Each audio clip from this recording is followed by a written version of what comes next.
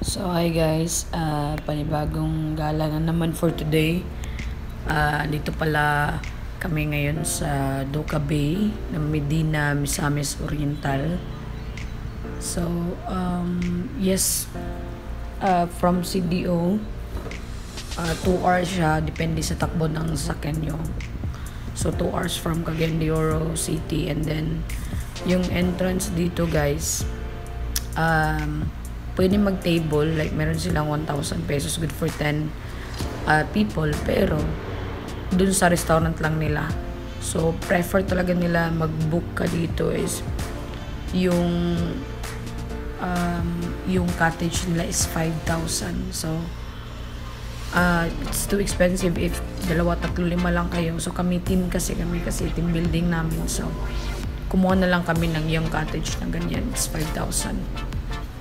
So medyo expensive talaga yung cottage na, tsaka pag yung table lang kukunin nyo, it's 250 yung entrance fee per head. So yan, pero overall naman napakaganda ng lugar. And yung tubig, white sand, and maraming corals dyan. So maganda din dyan mag-snorkeling.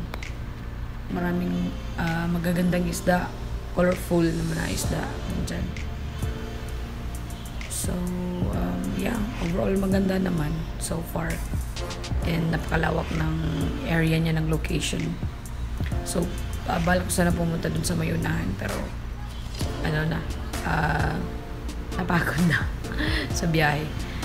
So we're all 4 hours back and forth, like, or I believe parang 2 hours and 30 minutes or 2 hours and 20 to 10 minutes. Yan yung travel. White sand din siya.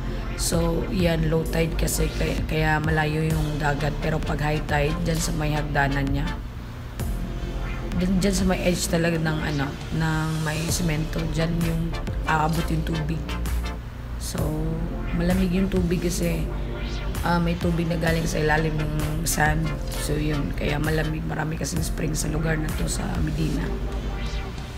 So yan, clear yung water, and yung ambience niya napaka ganda, and yung hangin na din, napakalakas ng hangin dito guys, super. So ayan, may may rides and scuba diving sila dito, pero di ko alam magkano. So ayan, Doca Bay at Medina, Misamis Oriental. Maganda din naman, malamig yung tubig. Pero medyo expensive lang. So ayan, enjoy the rest of the video.